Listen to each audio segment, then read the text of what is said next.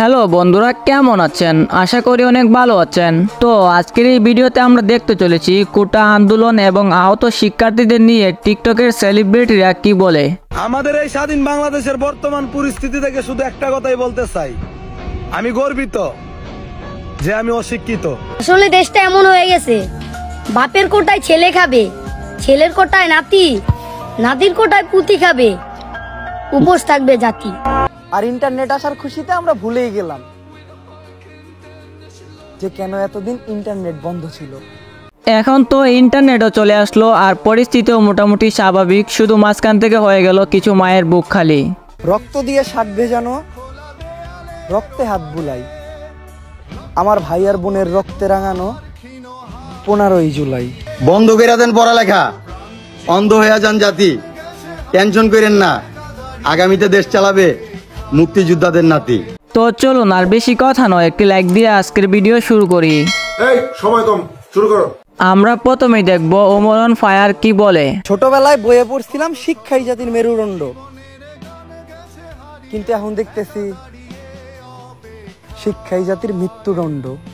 Omar on fire অনেকগুলো প্রতিবাদী video তৈরি করেছে, যা আপনারা সবাই জানেন, এমনকি সে নিজেও মাঠে নেমেছে।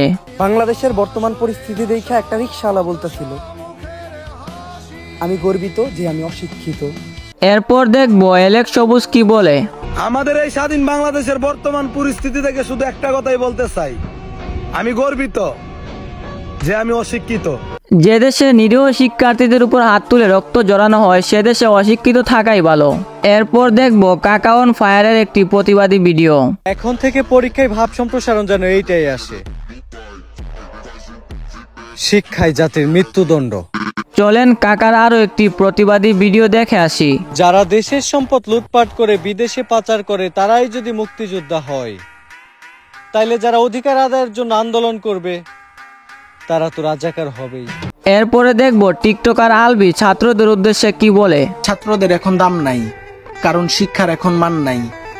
একই সাথে পড়ালেখা কইরা একই ক্যাম্পাসে থাইকা। তার আরো কিছু প্রতিবাদী ভিডিও রয়েছে, চলেন দেখে নেই। ছাত্র ভাইয়েরা, তোমরা গাড়ির চাক্কা বন্ধ করে দাও, আমরা অর্থনৈতিক চাক্কা উল্টো করে দেব।